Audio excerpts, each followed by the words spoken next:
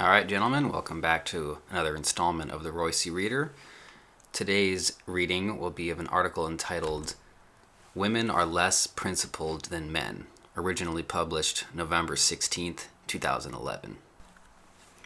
Do women have an underdeveloped sense of justice? Is the adherence to principles primarily the domain of men? Anecdotal evidence would suggest that both of the above propositions are true. Certainly, Chataeu field marshals have previously turned their awesome powers of observation to the task of illuminating the wide gulf between the sexes and how they understand and apply the notion of fairness. For instance, in this Chataeu post quoted below, from long ago, it was noted that women's sense of justice flows from a refined but wholly self-interested pragmatism. And I quote, "Women as a whole are more coldly calculating than men, and the worst of them can challenge the top 1% of sociopathic alpha males for deceitfulness and cavalier betrayal.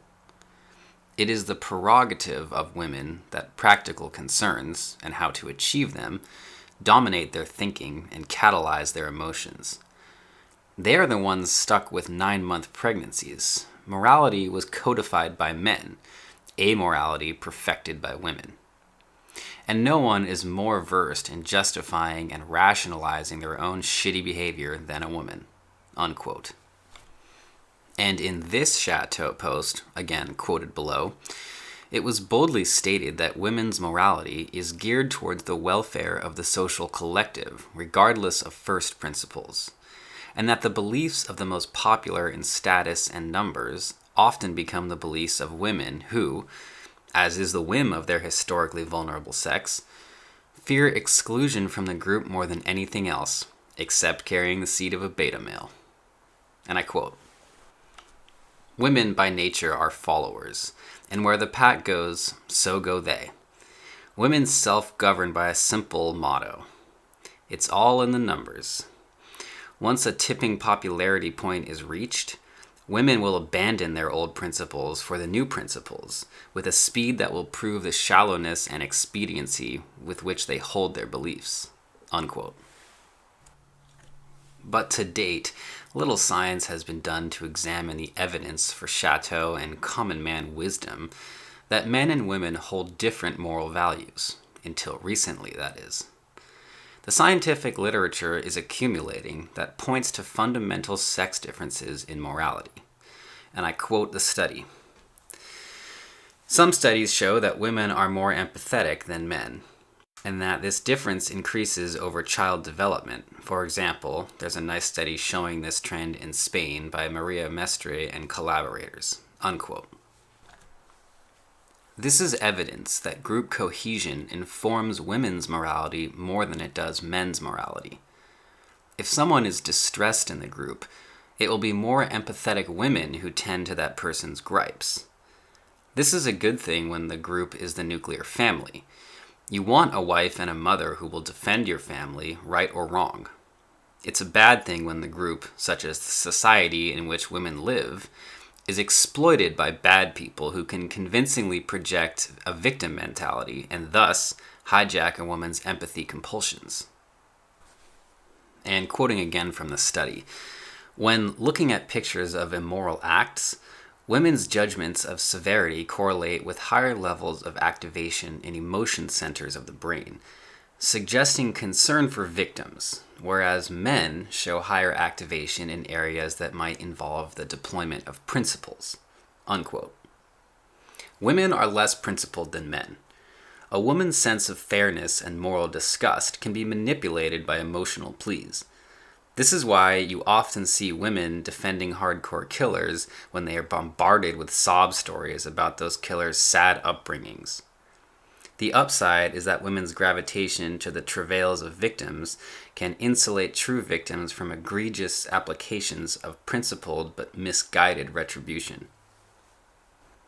Quote, "When men watch wrongdoers getting punished, there is activation in reward centers of their brains, whereas women's brains show activation in pain centers, suggesting that they feel empathy for suffering even when it is deserved." Unquote. Again, more evidence that women's morality rests on feelings rather than abstract devotion to principles. This is why you will often see women, and this includes nuns, sympathizing with death row scum of the earth. Their empathy modules have trouble distinguishing between real victims, the dead at the hands of the killers, and sentimental victims, such as the condemned about to die.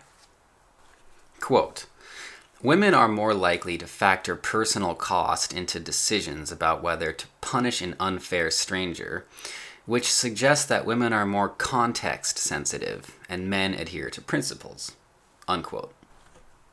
Women are unprincipled pragmatists.